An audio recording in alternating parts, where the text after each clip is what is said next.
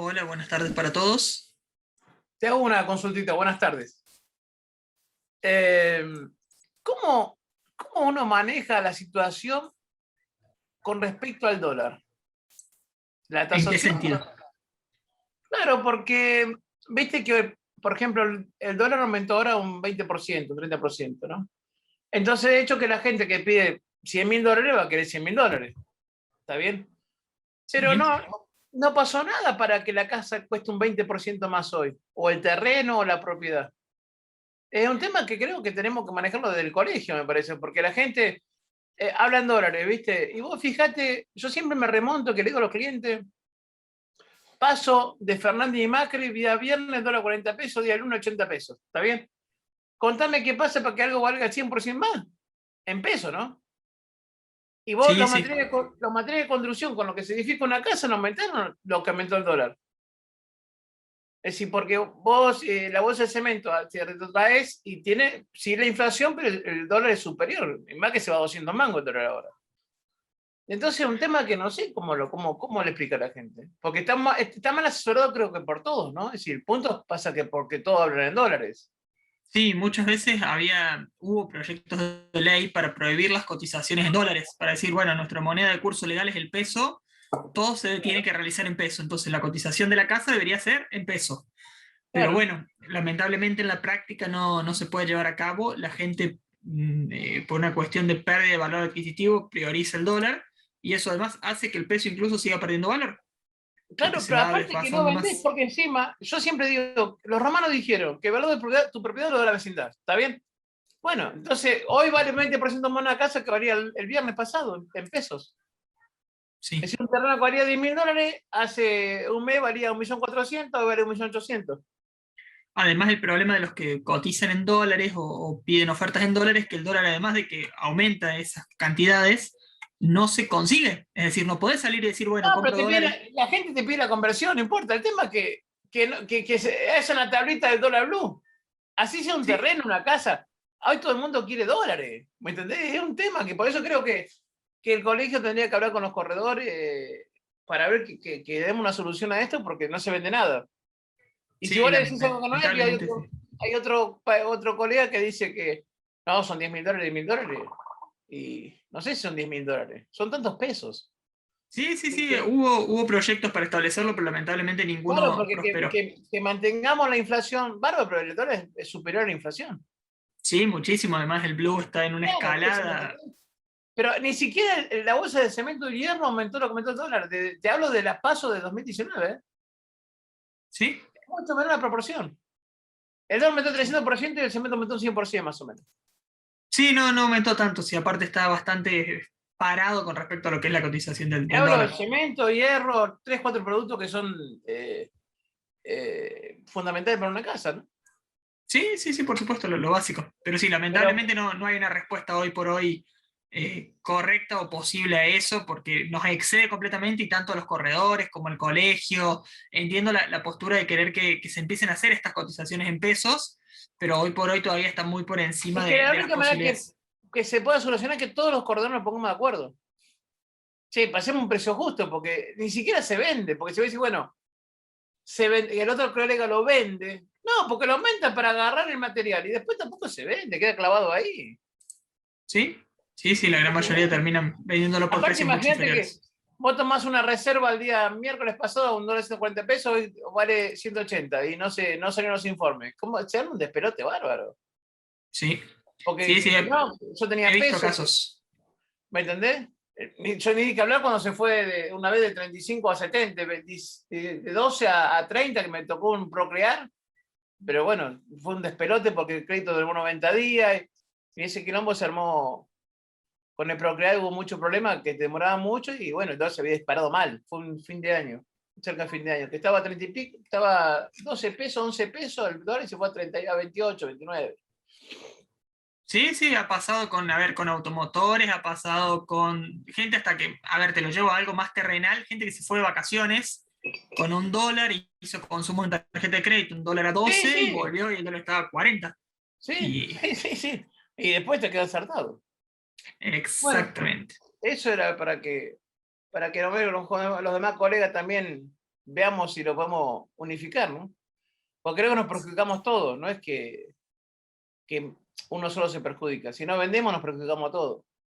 Sí, lamentablemente aparte hay una recesión de venta muy, muy grande. Hoy Pero la por hoy recesión es pasa por eso. complicado. Porque estamos hablando de un inmueble de 2019 ahora, te hablo de terrenos, que es lo que yo más manejo, ¿no?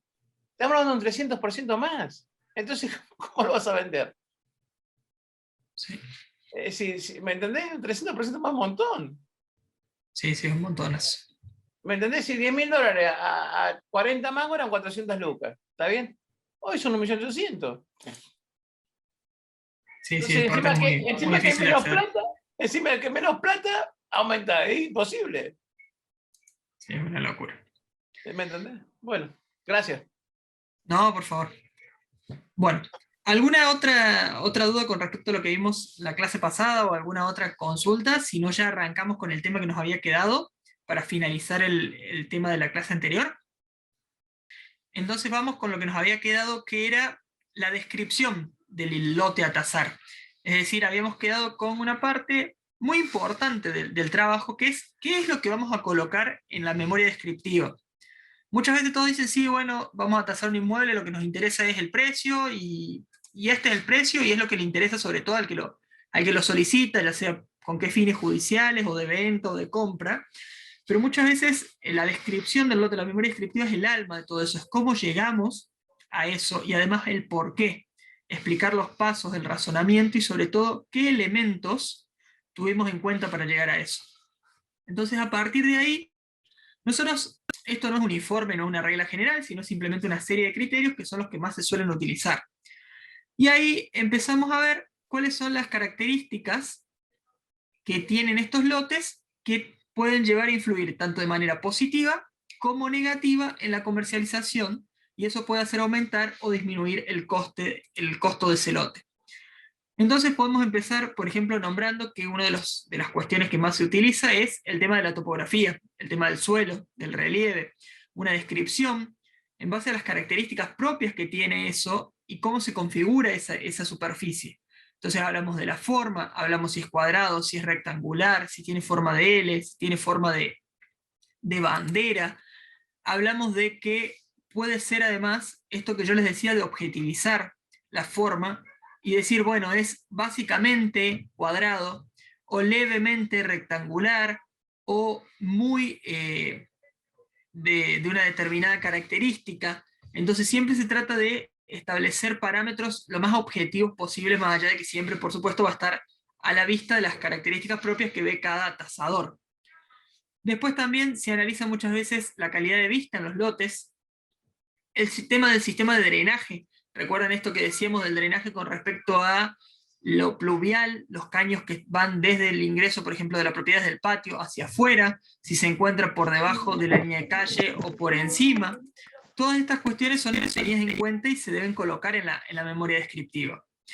Además, muchas veces se pone también todo lo referido a los servicios. Si hay servicios, por ejemplo, porque muchos hablan, sí, la electricidad generalmente es lo más común, o el agua, pero hay lugares que no tienen gas natural, o cómo son los servicios de telecomunicaciones, si hay servicios de televisión por satélite, por cable, internet de banda ancha, cómo es la calidad del servicio. Por eso está muy bueno que muchas veces los tasadores, cuando vayan a realizar estas tasaciones, comprueben esto. Es decir, si logran y pueden ver si hay conectividad y pueden, la prueben. Además se coloca si este servicio es prestado por una sola persona, es decir, si hay un solo servicio disponible, si son varios, si el costo es elevado, si es bueno, malo, regular, si está disponible para todo el barrio, es decir, si llega igualmente para todos los lugares del barrio o no. Además, muchas veces se coloca cuestiones como las estructuras edilicias que están alrededor, si hay muchas, si hay pocas, en qué condiciones, cuál es la reputación del barrio, es otra cuestión también que se tiene muy en cuenta, cuál es el tamaño y las dimensiones del lote, tanto en superficie como en medidas lineales, las calles, el mantenimiento de las calles, el cuidado.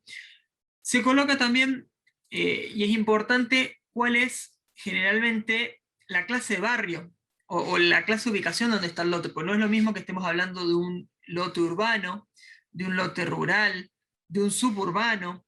Esto va a modificar muchas veces el valor de la propiedad. También se suele colocar cómo está en ese preciso momento de la tasación el mercado. ¿Qué quiere decir esto? Si hay mucha oferta, hay mucha demanda, se encuentra equilibrado, porque dependiendo de eso son las condiciones que uno puede llevar a solicitar un mayor o menor dinero en una operación. Y por otro lado, se suele colocar, finalmente, para qué se utilizan la mayoría de los terrenos que se han vendido en el lugar. ¿Qué quiere decir esto? Que, por ejemplo, podemos poner en un 30% del lugar los lotes se han comprado o se han vendido con fines residenciales, algunos con fines comerciales. Es un barrio o está ubicado en un ambiente donde la mayoría utiliza fines industriales, fines de comercio o cualquier otra finalidad que se le dé a los terrenos que están a la venta. Entonces eso también muchas veces se coloca dentro de la memoria descriptiva. Se pueden colocar comparables, es decir, con terrenos que tengan similares características, ya sea de medidas lineales o de superficie o de antigüedad o de tipo de construcción que se encuentren dentro del mismo lugar. Es una de las opciones también que se puede utilizar. Y además, recuerden lo que decíamos en la clase pasada con respecto a la regularidad o irregularidad del terreno y en cómo se tenía que medir ese coeficiente de irregularidad, ya que se considera que cuando un terreno es irregular en un más del 20%, ya estamos hablando de una irregularidad grave, y eso va a conllevar una gran inversión de dinero para recuperar esa estabilidad. Hablamos de las plateas, hablamos de los distintos métodos en que se podía solucionar esa irregularidad en el terreno, pero todos tienen un costo. Sea cual sea el método que se va a implementar, tiene un costo mayor o menor, pero hay que tenerlo en cuenta al momento de posicionar el terreno con respecto al valor que se le da dentro del mercado.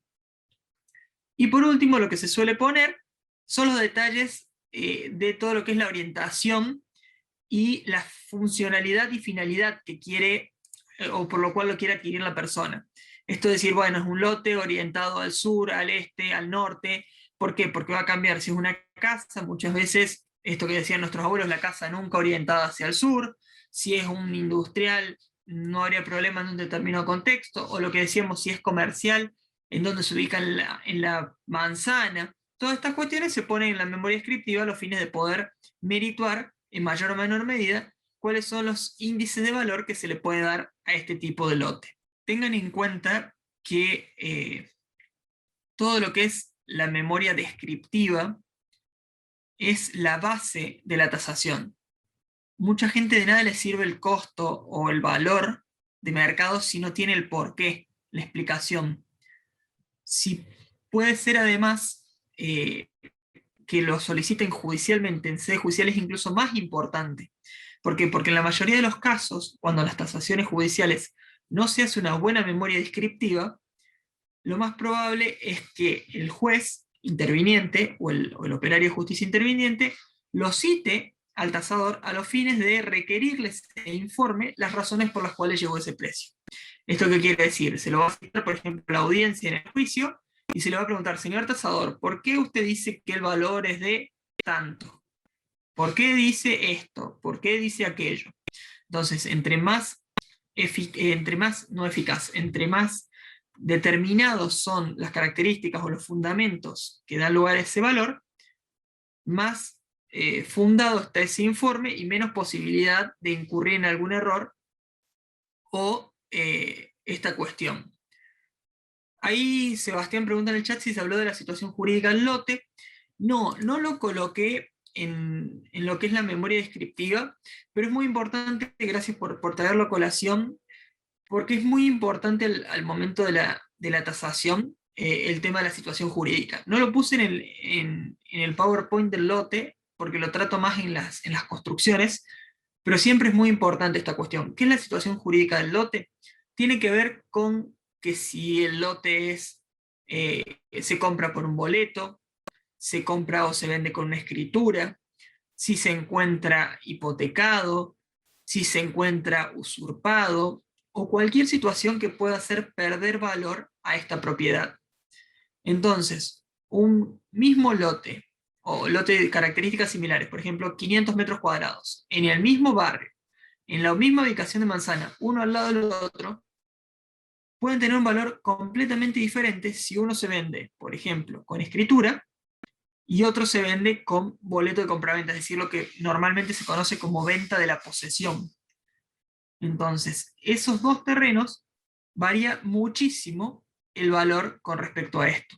¿Se entiende la diferencia o a qué hago alusión cuando hablo de la situación jurídica?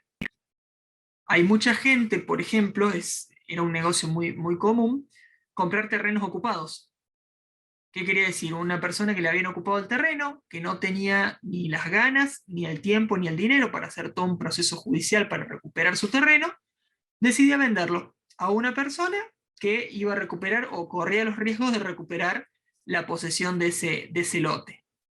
Entonces, la persona lo vendía por un costo menor, pero se liberaba del problema y obtenía liquidez monetaria en ese momento, y la persona que lo compraba adquiría para sí un terreno por un valor muchísimo más bajo que el de mercado.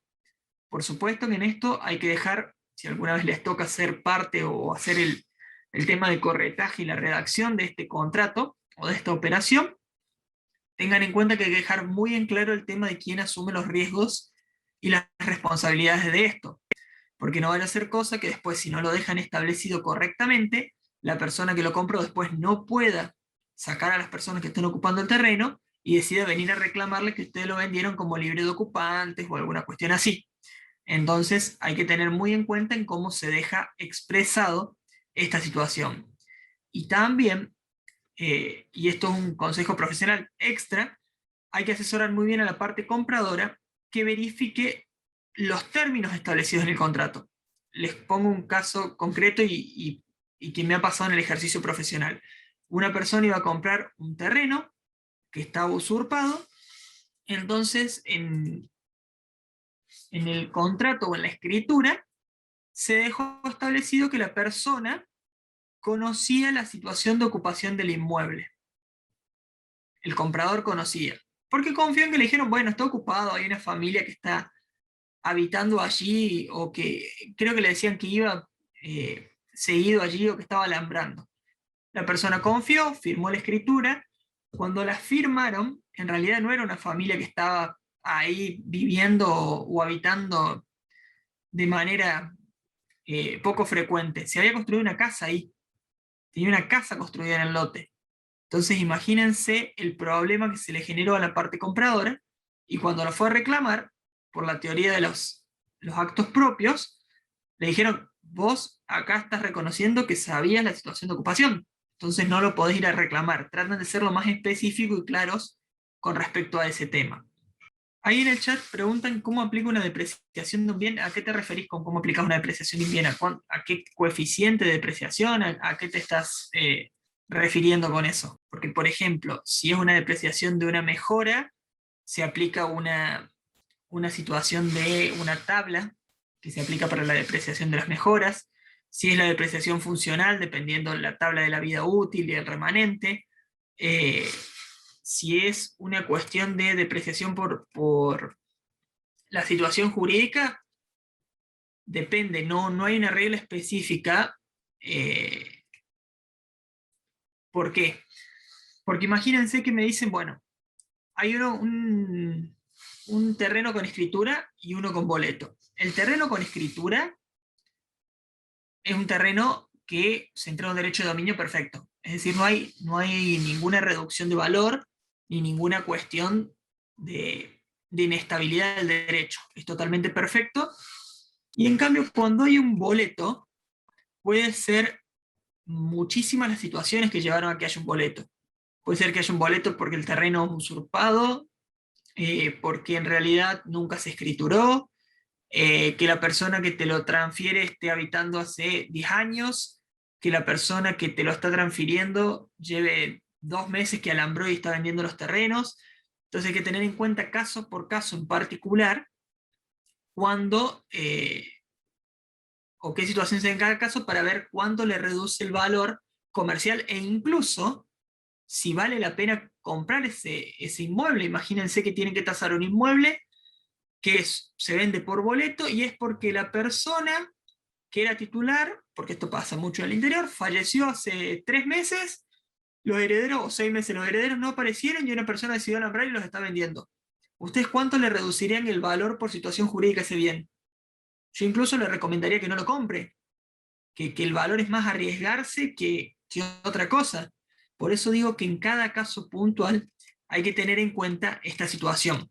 No hay una merituación objetiva de decir, bueno, si es por boleto un 5% menos, no, porque además cada boleto conlleva una situación muy particular. Por ejemplo, los inmuebles, los departamentos en la ciudad de Córdoba, capital, casi todos se venden por boleto, y se venden por boleto por una cuestión de que la constructora los vende antes de tener el final de obra. Entonces ahí la reducción de valor es muchísimo menor que si se vendieron por boleto por alguna otra razón. En el informe de tasación, la situación jurídica se le anexa a la memoria descriptiva, se detalla aparte. No, lo puedes detallar incluso en la misma memoria descriptiva, o como una observación, o como un agregado. No hay una cuestión de orden preestablecido. Entonces, ahí hay algunas situaciones que están comentando por respecto a cuestiones de ocupación y superposición de compradores que puede pasar. Ahí me pregunta Lucas, ¿nosotros como martilleros podemos pedir informe de matrícula? Sí, sí pueden pedir informe de la matrícula. Para eso tienen que anotarse como prestadores de servicio en el registro digital, se hace por sí el informe de matrícula.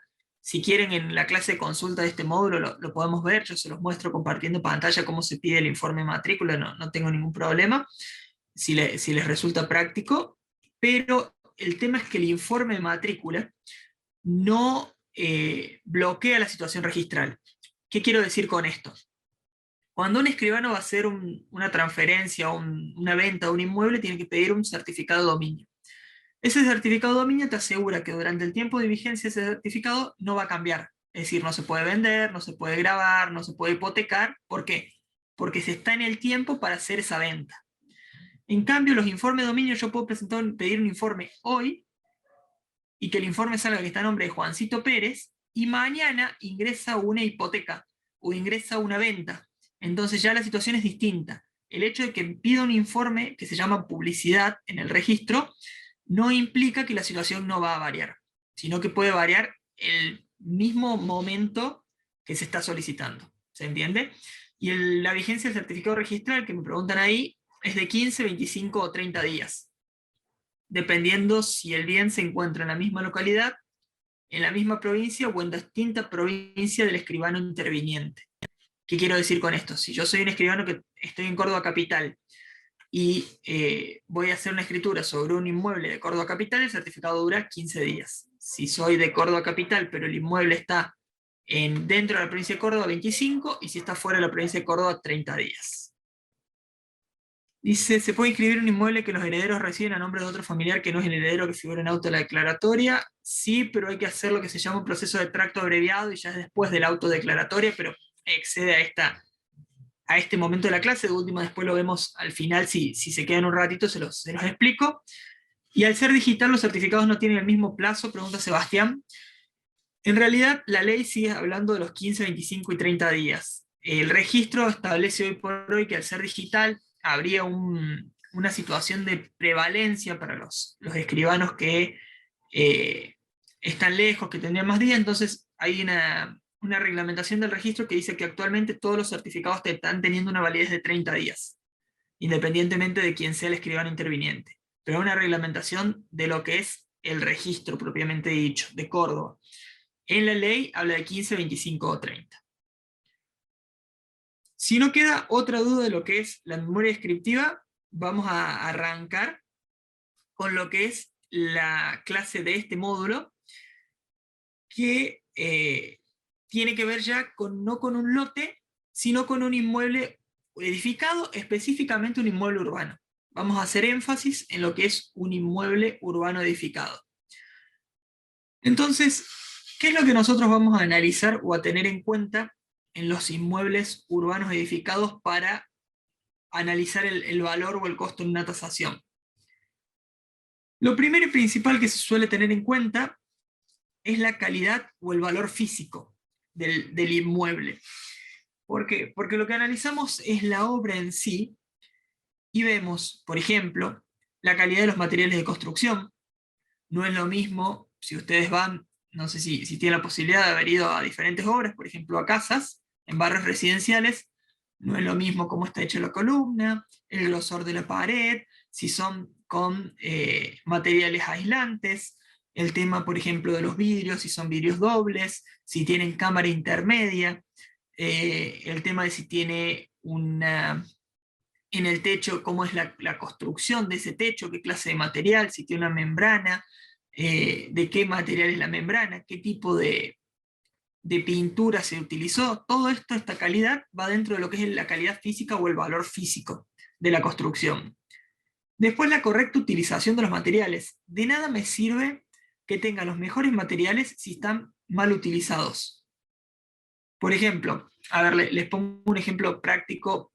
Muchas veces se habla de materiales termoaislantes y los colocan en lugares donde no modifican la situación o los colocan mal.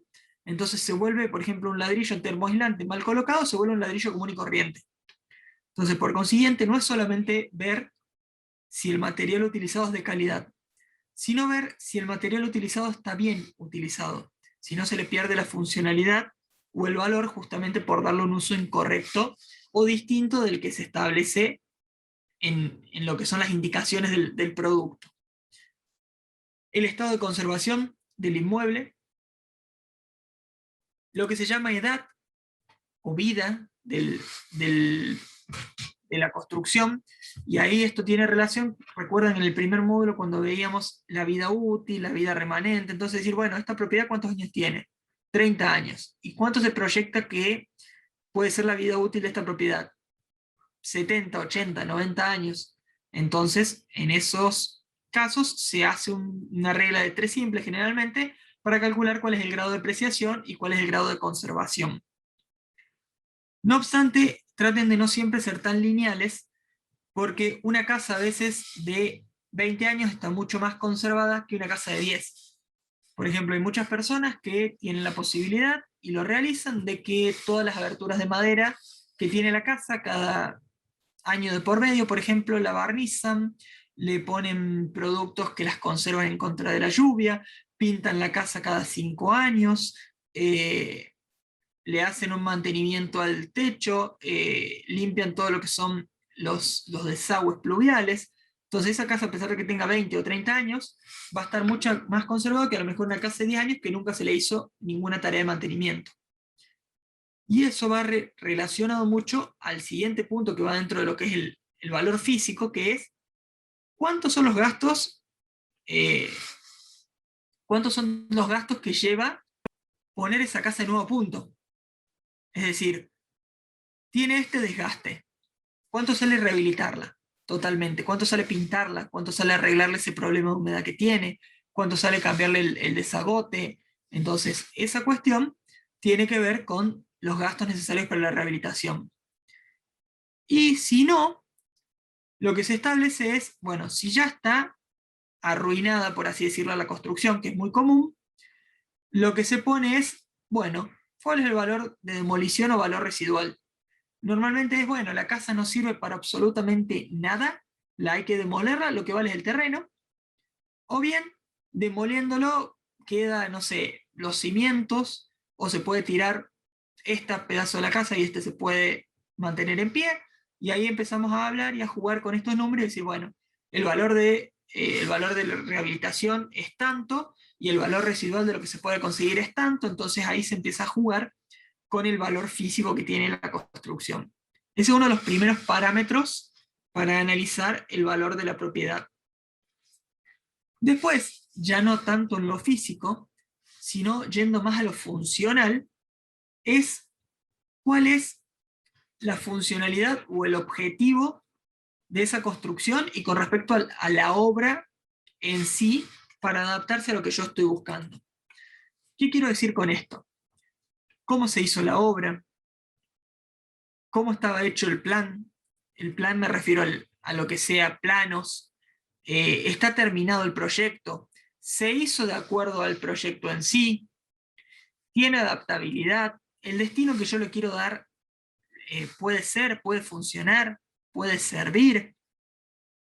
Si yo soy una pareja de recién casados con proyecciones a tener una familia que digo, bueno, nosotros queremos tener un hijo, por ejemplo, ¿sirve que alquilemos o que busquemos como valor funcional una casa de 5 cuartos? cuartos. Por supuesto que nunca es algo completamente uniforme, porque podría decir, sí, quiero 5 cuartos porque quiero invitar a toda mi familia a que venga a descansar o a pasar los fines de semana o de visita. Pero lo normal es que una familia que proyecta tener un único hijo, es hablando de un lugar con 2 habitaciones, no más que eso, o una tercera a lo mejor, pero no buscan casas tan grandes. Entonces, ver esa funcionalidad o esa adaptabilidad de la propiedad a los requerimientos de cada uno de los solicitantes. El tercer ítem o el tercer aspecto a tener en cuenta es la depreciación, que tiene que ver con el valor físico que veíamos originalmente. Entonces, acá tenemos en cuenta que es todo lo que reduce el valor de la misma. ¿Por qué? Porque se tiene en cuenta, por ejemplo, la depreciación por el desuso, por el desgaste. Y acá distinguimos o separamos, por un lado, la depreciación o por el desuso funcional o el deterioro físico. Entonces, lo que se considera es que nosotros vamos a ver, por deterioro físico decimos, bueno, esto tiene humedad, está despintado, está descascarado, la pintura está obsoleta, hay que repintar, o una depreciación funcional, ya no sirve determinado espacio, determinado aspecto, como se lo pensó, se ha readaptado. Entonces estas cuestiones hay que verlas para hacer el momento de la tasación. Y después el tema del proyecto, y esto tiene que ver mucho, o muchas veces, con inmuebles ya a mayor escala, o más grandes, o con un proyecto ya más, no digo empresarial, sino comercial, de decir, bueno, ¿quién es el que realizó el proyecto? ¿Es alguien prestigioso? ¿Es reconocido? Muchas veces esto tiene valor en la cuestión. Imagínense un edificio, no es lo mismo un edificio pensado arquitectónicamente por alguien más desconocido, sin tanta fama, como con un arquitecto de mucha fama o renombre internacional. ¿Hasta ahí vamos bien? ¿Se va entendiendo? Pregunta Flavia si para determinar el valor se sigue utilizando la tabla de Roja-Heidecke. Sí, se sigue utilizando la tabla en determinadas circunstancias. Cristian dice, para hacer una evaluación de la propiedad no va en función de para qué quiere la casa un posible comprador, se evalúa lo que está, el uso que le quieran dar es otra cosa. No siempre, Cristian, porque, a ver, es lo que hablamos una vez, no es tan objetivo. Vos podés decir el precio de valor y de mercado es este, pero la tasación que se le da en la memoria descriptiva sobre todo tiene que ver con la adaptabilidad de la casa. Una casa para una persona que me dice que la quiere para determinados, por ejemplo, a mí me contrata una persona para una tasación particular de una casa y me dice, yo quiero comprar esa casa.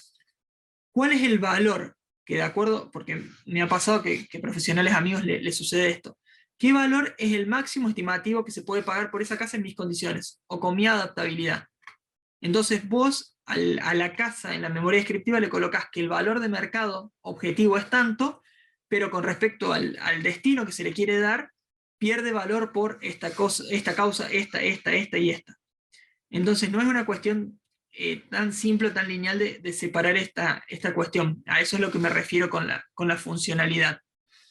Sí, cuando son cuestiones mucho más objetivas, como decíamos el otro día, como una cuestión de un juicio o una cuestión totalmente descriptiva, sí, son totalmente objetivas y eso no sale del valor de mercado. El quinto punto a tener en cuenta de lo que veíamos es el tema de la vida útil. Y ahí teníamos en cuenta cuánto es el tiempo desde que se realizó la construcción hasta que normalmente se retira la propiedad. Así se le denomina o así se conoce. Entonces, lo podemos pensar a la vida útil tanto de la casa o del edificio en sí, porque puede ser en su totalidad, o de alguna parte, porque muchas veces son partes que estas casas que se llamaba casa ensamblada, que se le hacía un nuevo arreglo, que se le agregaba una pieza, que se le agregaba alguna construcción, era muy común en la antigüedad ver una casa de servicio al fondo del terreno. Entonces podemos dividir y decir, bueno, la vida útil de la casa, de la construcción primera es esta, y a lo mejor la casa de servicio se hizo con otros materiales, es esta. Entonces eso se va a modificar y se va a relacionar con la expectativa de vida, que es el siguiente punto, que dependiendo con qué materiales esté hecho, cómo esté mantenida o conservada, qué depreciación física tenga, es el tiempo que nosotros consideramos desde que hacemos la tasación hasta que se retiraría la casa, o hasta el final de la vida útil de la casa. Entonces acá la expectativa siempre es desde el momento en que nosotros realizamos la tasación. Hay que contar también o considerar la edad del edificio, es decir, cuánto tiempo lleva desde su construcción hasta el momento en que realizamos la tasación. El valor residual. Esto del valor residual generalmente tiene que ver con cuando ya es un terreno, como decíamos, la casa no sirve más, hay que cambiarla. Entonces, desde la fecha de tasación, ¿cuánto nos va a costar poder utilizar el terreno? ¿Cuánto nos va a llevar poder aprovecharlo económicamente? Termino las últimas dos y ya les doy la palabra por si tienen alguna consulta. El valor de reposición. El valor de reposición sería, bueno, el inmueble que estamos tasando. ¿Cuánto sería el valor a nuevo de una mejora o de llevar esta cuestión? Y el valor actual es una mezcla de todas estas cuestiones, o una mezcla de todas estas disposiciones, tomando como parámetros lo que es la depreciación, la antigüedad, el estado de conservación, el uso que se le da y la funcionalidad de todo este proyecto. Mira, a mí donde se me forma una duda puntualmente, que un poco lo que decía Cristian también, yo comparto, es un poco de que o sea, si el tipo la quiere para cierta y determinada cosa y la casa vale otra, y bueno, ¿viste? O sea, no se puede, si el tipo dice la quiero para demoler y la casa tiene un valor, no sé en qué punto juega el hecho de que el tipo la tendrá que pagar más, no le vamos a bajar el precio por el hecho de que el tipo la quiere para otra cosa y que la casa sigue estando en estado. Pero a mí donde no sé si soy claro, pero a mí donde se me forma una confusión es donde empieza a jugar el valor de mercado en el hecho de una tasación objetiva, por ejemplo, judicial, por decirte, o no sé, o una tasación para un crédito, o una tasación para una hipoteca, ponele. Porque, por ejemplo, te hago un ejemplo puntual. No sé, a lo mejor acá en Río Cuarto, te digo, vas a una casa en Banda Norte, ponele, que es una casa espectacular, con 400 metros construido, muy lindo, con 5 piezas, 3 baños, todo lo que quiera, y el tipo te pide $400.000. O vos le decís, esta casa por el Estado vale $400.000. Bueno, esa es la tasación objetiva de lo que vale la casa por su construcción, su estado y su calidad. Ahora, si la tirás al mercado, esa casa no la vendes ni en tu vida en $400.000 porque empieza a competir con casas en barrios cerrados de mejor calidad a lo mejor, o sea, el valor de mercado se lo termina comiendo, digamos, porque se tiene que salir a competir con otros. No sé si me explico yo lo que voy, cuál es el punto que yo quiero tocar. Entonces, de pronto vas a decir, che, ¿y esta casa cuánto vale para hipotecarla, para el banco? Y esta casa vale, por construcción, vale 400. ¿La podemos vender en esa guita? No. ¿Por qué? Y en el mercado no vale esa guita. Por más que la casa pueda costar eso por una cuestión de construcción. No, ¿me explico el concepto Sí. o sea, me enredé mucho? No, se entiende perfectamente, Okay. pero ahí es donde te digo que por eso la objetividad de las tasaciones es muy difícil, porque ahí, por ejemplo, ya entra a jugar lo que es oferta y demanda. Si vos me decís, Claro. esta casa vale 400.000 pesos y nadie la vende a un precio menor, le podés dar precio que objetivamente está. Si a lo mejor esa casa que vale 400.000 pesos por construcción, no la vendés por ya sea porque el de al lado la vende por 300.000, porque las personas no ofrecen a nadie $400.000 por la casa, entonces ya ahí el tema de la oferta y la demanda te cambia el valor objetivo de la tasación. Está bien, Entonces, pero disculpa, pero eso, por ejemplo, si el tipo viene y dice, tásamela porque la quiero vender. Bueno, sí, mira, esto es así, así, así, pero lo tenemos que salir a vender en tanto. Entonces, esa casa vale X. Ahora, si viene, por ejemplo, me pide una tasación a mí el banco para hacer una hipoteca sobre la casa, ¿sí? Por ejemplo, ¿yo qué valor le tengo que poner? El valor real que uno estima en función de la construcción o el valor de mercado si yo la tuviera que vender hoy, que bueno, acá en Argentina hoy está cambiando los valores todas las semanas, ¿viste? El dólar, tenemos un dólar totalmente disparatado. Pero bueno, ¿son dos tipos de tasaciones distintas? no, es una sola tasación. El valor que vos vas a informar es el valor objetivo. El valor que vos Sí, decís, de acuerdo a la construcción, materiales, conservación, es de este, así sea $400.000. Lo que se sí. suele hacer es ponerle en observaciones o en la memoria descriptiva, por el Mm, método del comparable, decir, bueno, en el mercado actualmente, en situaciones de ventas similares, de características similares, en barrios con características similares, buscando la homogeneización, perdón, se me lenguó la traba, los sí, valores de mercado estimados son tanto, pero ok, la tasación vos das la objetiva. ok, ok, buenísimo, gracias. No, por favor. Cristian, ahí tenías levantada la mano, no sé si querías hacer algún comentario o pregunta. Sí, dos cosas. Con respecto a lo que yo te había escrito antes, comparto de lo como dice Alejandro. Yo voy a hacer una casa. Si sos vos, tu mujer y tu hijo, la casa tiene 5 dormitorios, tiene 5 dormitorios. No, el valor no va a variar según tu necesidad, sino es lo que está. Si te tengo que hacer, si sos transportista, no te voy a hacer un auto en lugar de un camión. Yo te voy a hacer un auto, no un auto como camión. Y otra cosa, por lo que dice Alejandro, por ejemplo, las tasaciones para los bancos te toman las tasaciones comerciales, el valor de mercado, porque para eso los bancos tienen un resguardo sobre el valor tasado, no te van a prestar el 100%, sino que te van a hacer un préstamo del 70%, el 60% de la evaluación. Así se manejan los bancos. Sí, Pero sí, es creo que que sobre fijar el valor según la necesidad de uno o de otro, no, eso no lo comparto. No, no me no, no, es parece que que sea así. estamos hablando lo mismo, pero en diferentes palabras. Lo que yo quería explicar, y capaz que me expresé mal, es que sí, la objetividad no la vas a perder nunca, la tasación va a ser esta. Lo que yo hablaba es que muchas veces, y acá creo que es donde me expresé mal, cuando la persona busca un determinado bien, donde vos lo tasas o donde vos lo buscas en realidad es cuáles son las condiciones más proclives a lo que ellos necesitan con respecto a esto. Entonces, era como inversión. Sí, entiendo lo de vas y creo que ahí es donde me confundí yo y expliqué mal lo que yo quería trasladar. No, quédate con eso. La objetividad en la oferta es así. Son 5 dormitorios vale lo mismo. Y vale esto y vale X cantidad de Claro, dinero. yo No va a cambiar.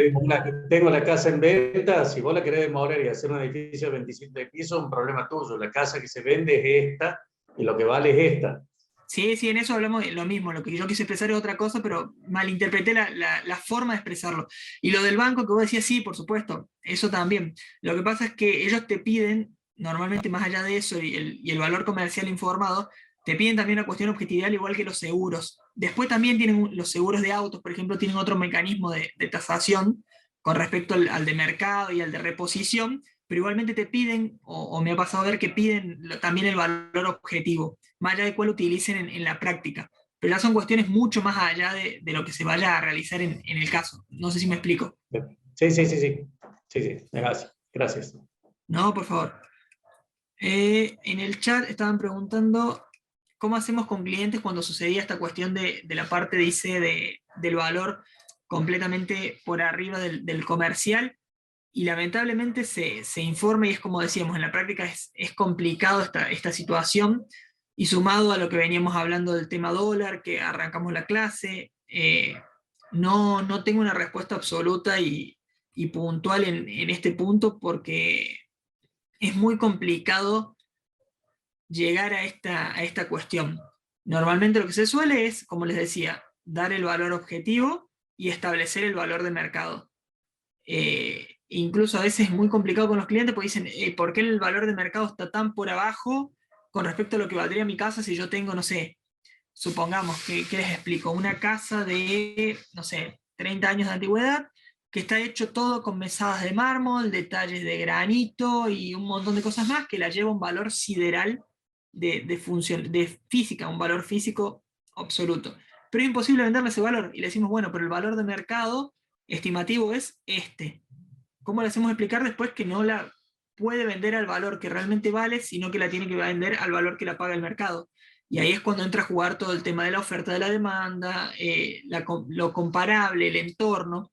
Muchas veces estas casas están en lugares donde exceden la construcción normal y habitual de ese lugar. Y eso también les reduce, o sea, les reduce no, sino que el valor de mercado es más la diferencia o la brecha que hay con el valor físico. ¿Se entiende a dónde voy con esta explicación? Ahí, después otra pregunta dice, una casa donde tiene 150 años, por ejemplo, pero está en buen estado, ¿por qué se deprecia por todo el tiempo de vida útil? No, lo que pasa es que dependiendo del estado de conservación, también va a ser la vida útil, porque ante la vida útil que tiene un bien, más allá de estar calculado objetivamente por los materiales, se ve por el estado de conservación también. Entonces eso va a cambiar.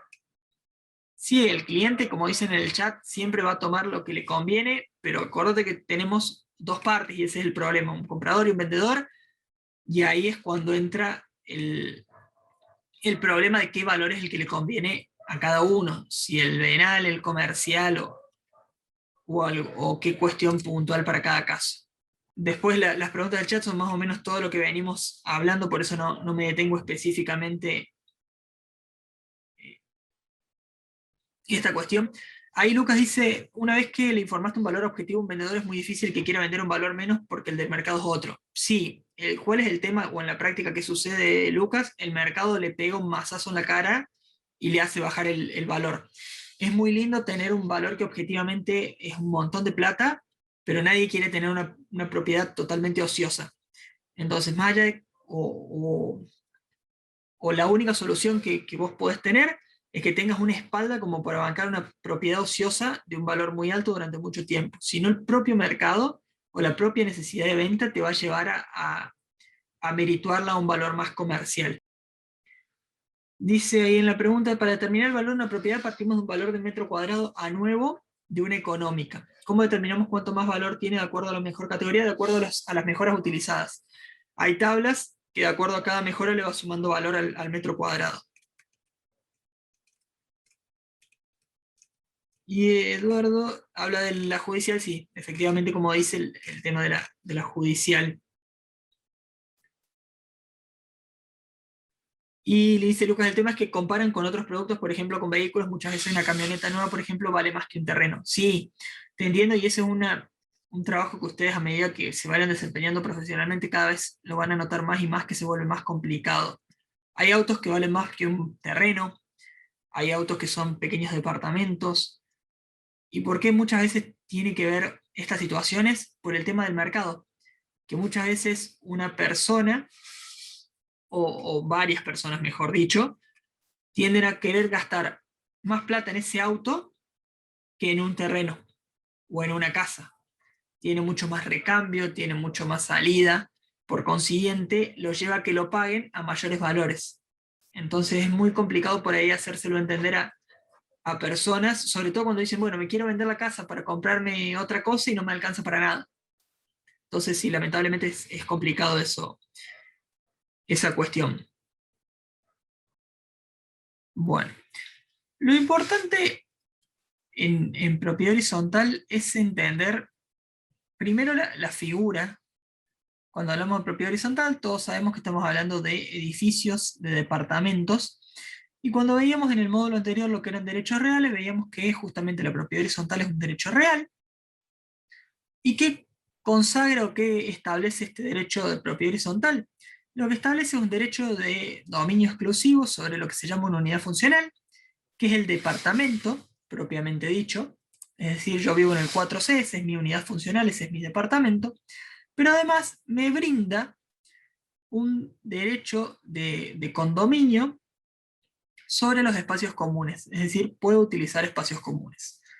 Punto muy importante a tener en cuenta al momento de tasar, y esto surge del análisis de lo que es el reglamento de copropiedad de administración, es que hay espacios comunes que son de uso por todas las personas que habitan en el edificio, perdón. Es decir, cualquier departamento de cualquier piso puede utilizar este espacio común.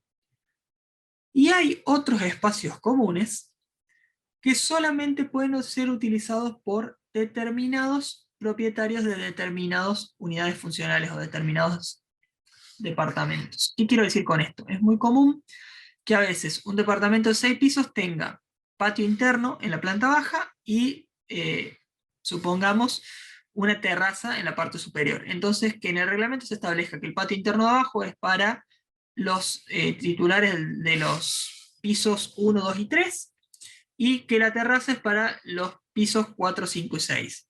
Supongamos un ejemplo. Por consiguiente, son espacios comunes, pero de uso exclusivo. Otro caso, que también es muy común, es que haya asadores, por ejemplo, que se utilicen por piso. Es decir, hay un asador en el 4.º piso, un asador en el 5.º piso, un asador en el 6.º piso, entonces es un espacio común, pero solamente el del cuarto es para los departamentos 4A, 4B y 4C. Entonces es de uso común, pero exclusivo. ¿Se entiende la diferencia? Recuerden que a partir del artículo 2037 del Código Civil y Comercial de la Nación, ahí está todo lo regulado en lo que es el derecho de propiedad horizontal. ¿Qué otra cuestión es importante que nosotros veamos de propiedad horizontal y que hay que tener en cuenta? Es que las cosas comunes que nosotros planteamos que son de uso para todos o para un grupo de personas cuando hablamos de que era exclusivo, pueden ser partes comunes indispensables o necesariamente comunes, como las escaleras, el hall de No tengo idea cómo entrada, estarán ahora. o bien pueden ser Bueno, yo te... cosas que sean comunes, pero que no sean indispensables. Y esto va a hacer variar mucho el valor de un edificio o de un departamento, porque dentro de estas cosas comunes no indispensables están todo lo que ahora se conoce como las amenities, que son todo lo que tenga que ver con pileta, solarium, Zoom, o determinadas amenities nuevas que se están cada vez generando más y más. Entonces estas son partes comunes, no son indispensables, pero le agregan muchísimo valor a la propiedad en sí. Entonces, ¿cuáles son estos factores que influyen en el valor del pH? Tenemos la ubicación, tenemos la accesibilidad, las dimensiones del terreno y de la construcción, el tema de los servicios, y dentro de los servicios, cómo es la prestación de esos servicios. Porque volvemos a lo mismo. Todos los edificios van a tener agua y luz. Pero por ejemplo, si tenemos un edificio que constantemente se le está cortando, que todavía, esto es muy común, que tiene la instalación de la obra, lo que se llama comúnmente, no sé si ustedes saben, la luz de obra, se hacen todas las conexiones eléctricas con unos cables muy finitos de cobre, y eso generalmente, después de un tiempo, cuando ya le empiezan a poner electrodomésticos a los departamentos, se empiezan a saltar, o hay que empezar a cambiarlos.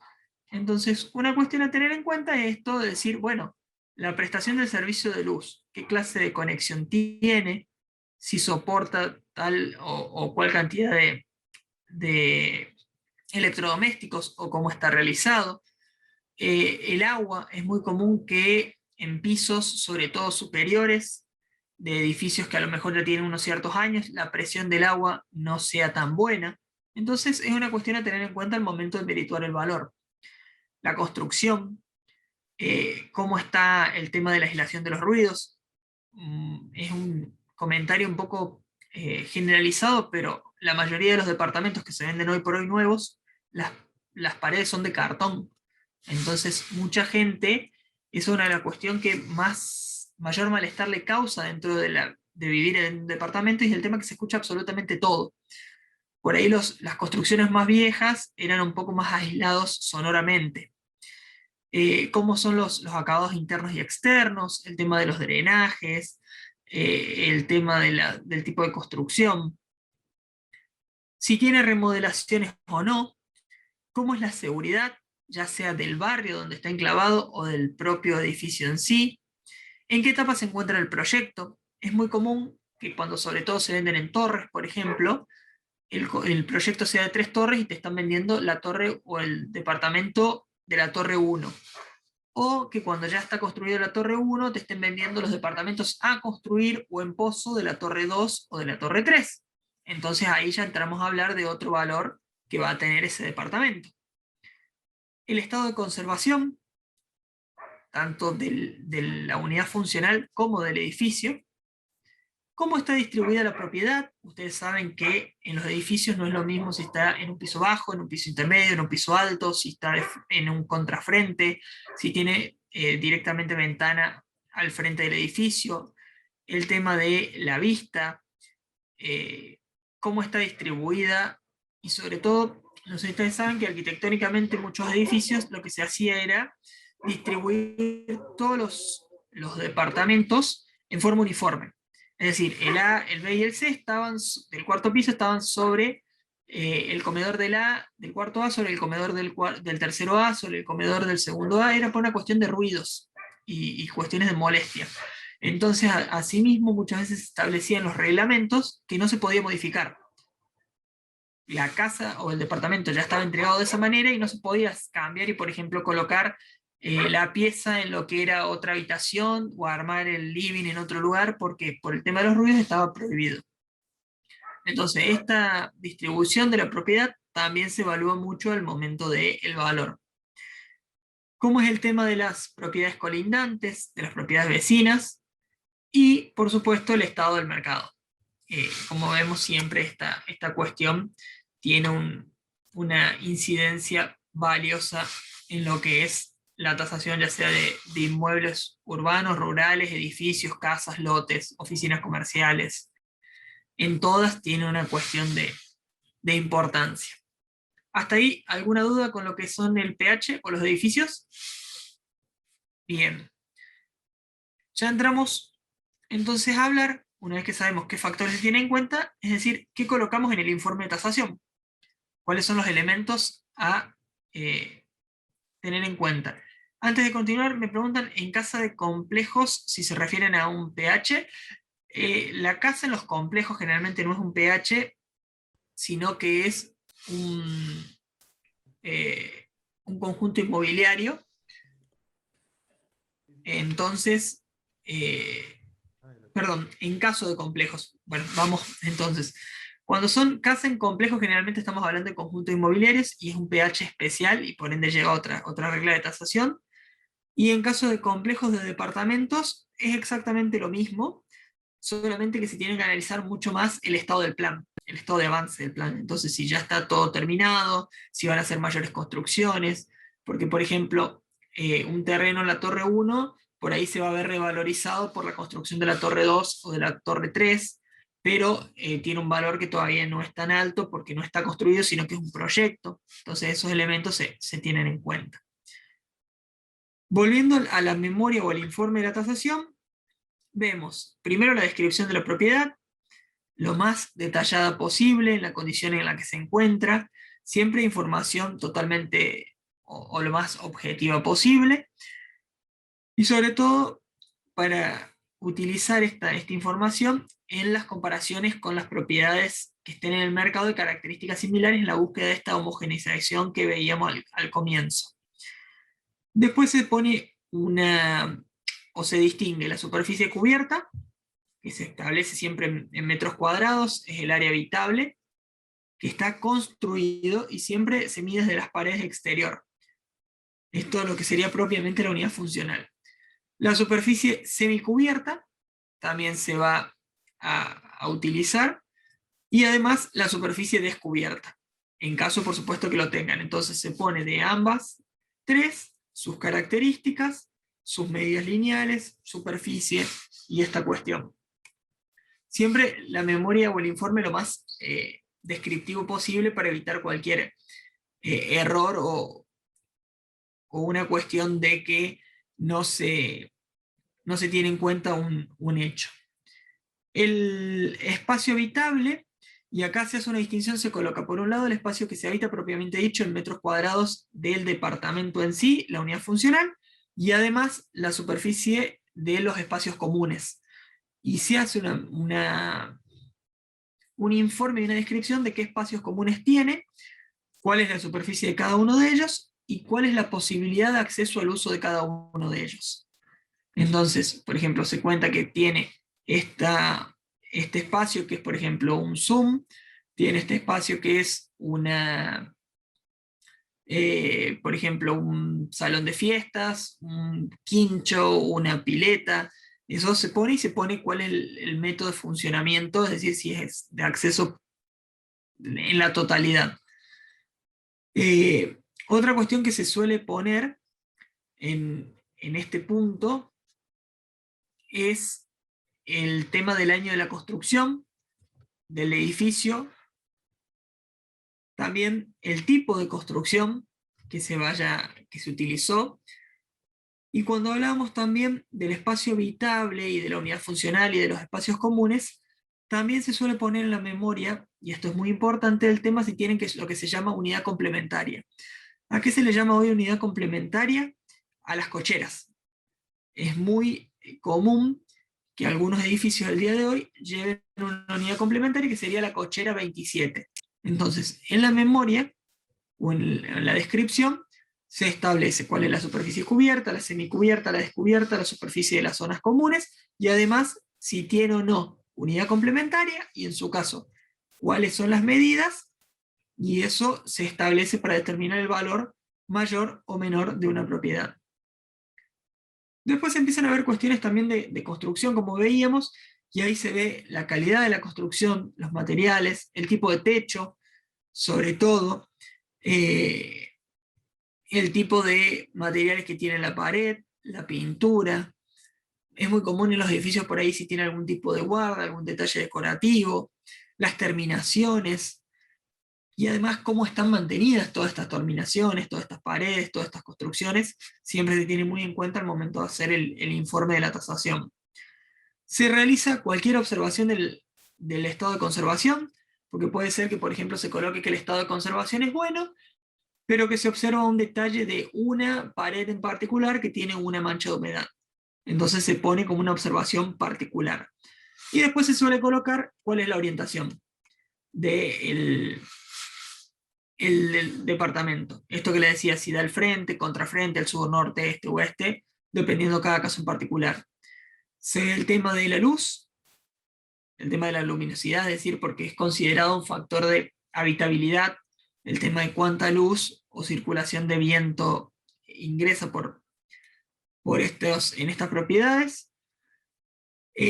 Si tiene el edificio espacios comerciales o no, muchas veces eso le suma o le resta valor. Se puede poner si tienen algunas características adicionales, cualquiera que haga o que ustedes consideren en su momento que es importante rescatar o remarcar en ese caso, cuáles son las características deficientes o cualquier cuestión que le baje o le reduzca el valor, y además una descripción, como les decía, de las mejoras previstas. Si la casa está o el departamento se está haciendo alguna mejora o en el edificio se está haciendo un espacio común nuevo, o si, como veíamos en un caso de Torres, se está por construir una nueva, entonces se deja esta cuestión en vista o establecido para tenerlo en cuenta al momento de la tasación. Con respecto a ahí, Leonardo me pide un ejemplo, no tengo acá a mano en la computadora un ejemplo de tasación de departamentos, si quieren se los traigo para la próxima clase, o bien se los hago cargar en el aula del campus, para que ustedes tengan un modelo de una tasación de un edificio. ¿Les parece bien? Voy a ver si encuentro, voy a tratar de buscar una tasación, por un lado de un lote, de una casa construida, y si encuentro el del departamento, así lo pueden ver algunas cuestiones de los informes descriptivos o esta cuestión. De la casa y de los terrenos seguro, porque tengo a mano dos que se hicieron para dos juicios que estuve ahora hace poco, y para del edificio voy a buscar alguno a ver si encuentro que lo pueda cargar en en la página. Y lo último que nos queda de la clase del día de hoy, y ya los libero, es el tema de los locales comerciales.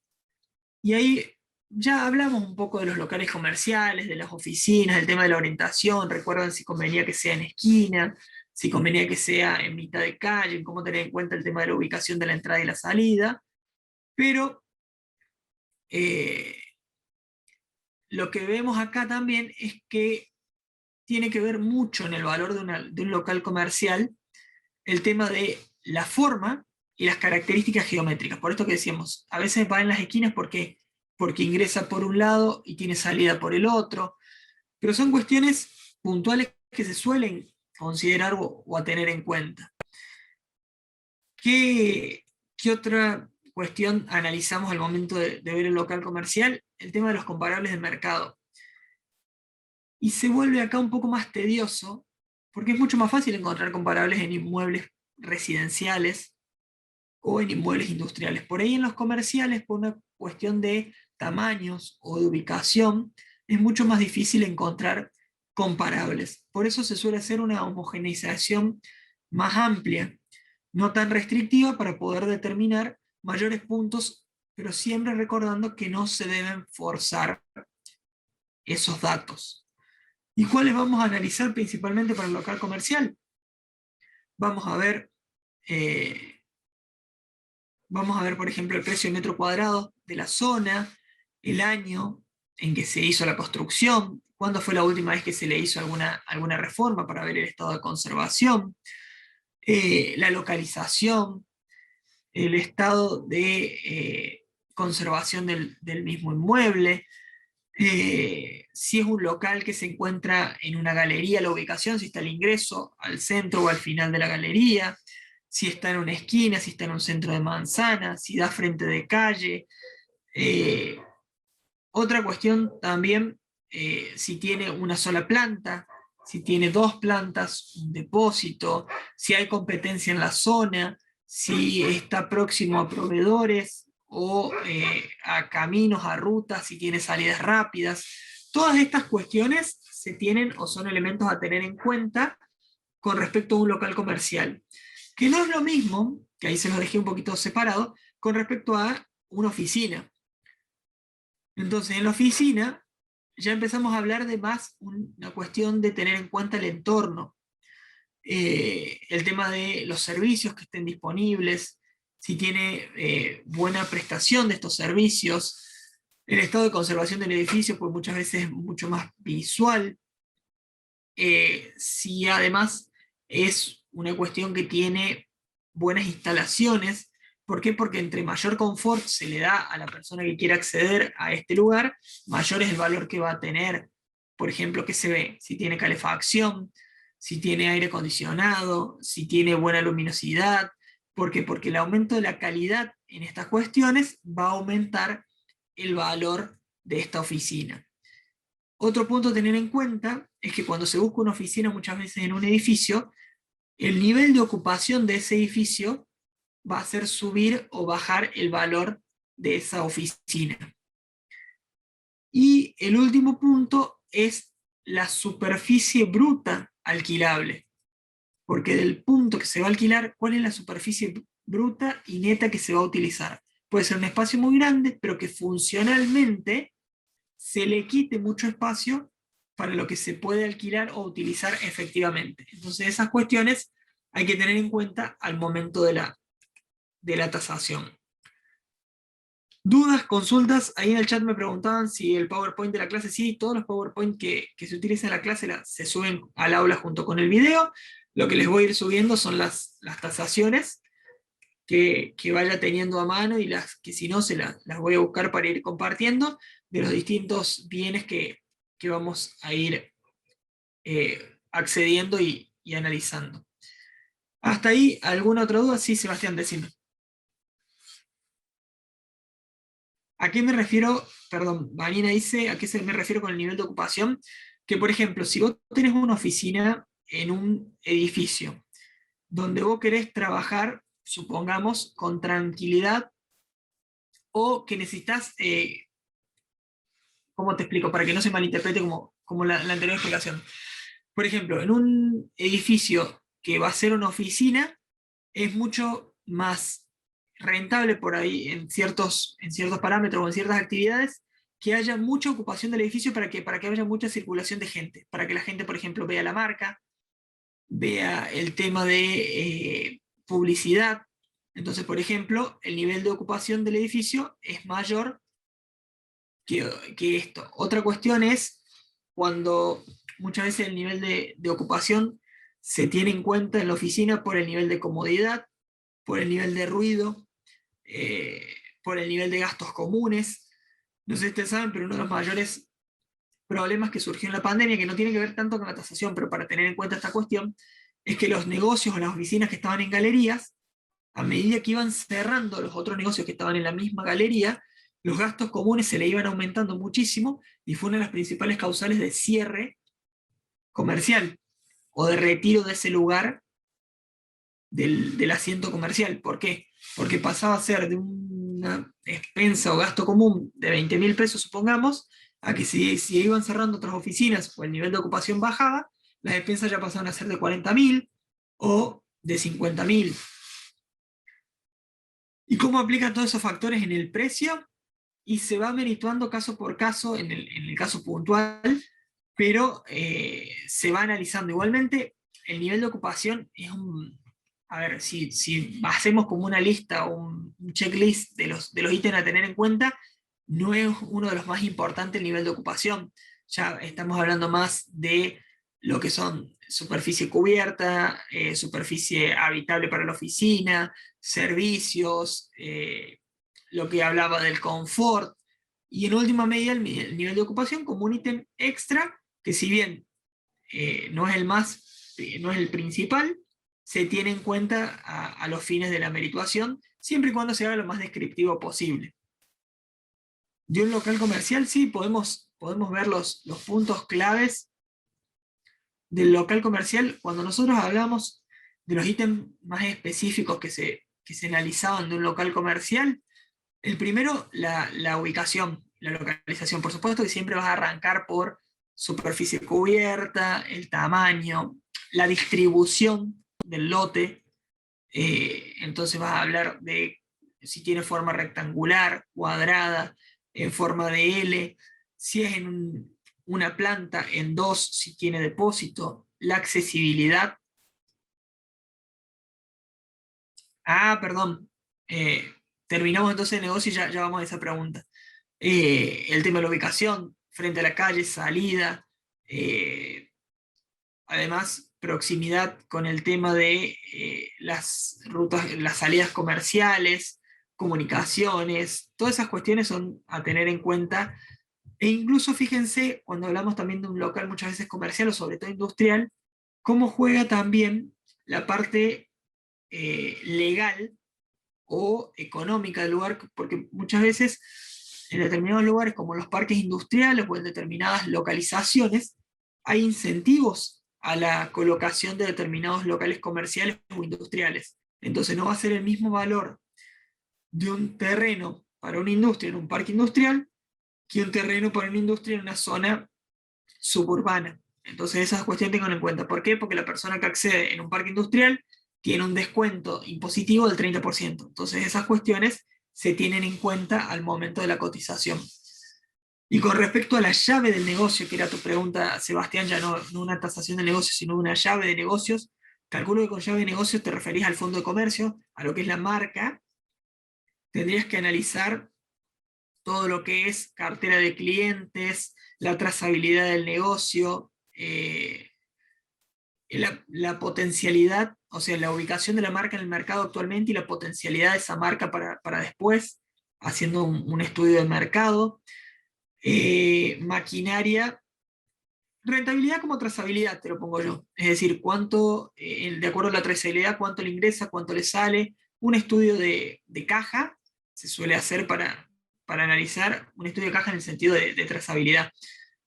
Ubicación, bienes de uso, estados de conservación de los bienes de uso y vida útil y remanente de los bienes de uso. Eso es generalmente lo que los puntos claves que se tienen en cuenta al momento del fondo de comercio. Nos quedan 5 minutos, por si alguien tiene alguna otra duda, alguna otra consulta. Los que no tienen dudas o consultas, los libero para que ellos puedan ir tranquilos. Apenas carguen el video, vamos a estar subiendo también el PowerPoint y les voy a ir cargando el tema de las tasaciones de los distintos bienes. Y además ya he preparado el trabajito práctico del módulo 1, son unos múltiples choice muy sencillos, nos van a estar cargando después en la página, en el aula virtual, eso se los van a estar. Es autoevaluable, no lleva una calificación, es simplemente para que ustedes puedan realizarlo y ver si han entendido, si le quedan alguna duda puntual con respecto a esta cuestión. Para los que tienen alguna consulta, nos quedamos unos minutitos más. Para los que ya no tienen dudas, nos vemos el lunes de la semana que viene.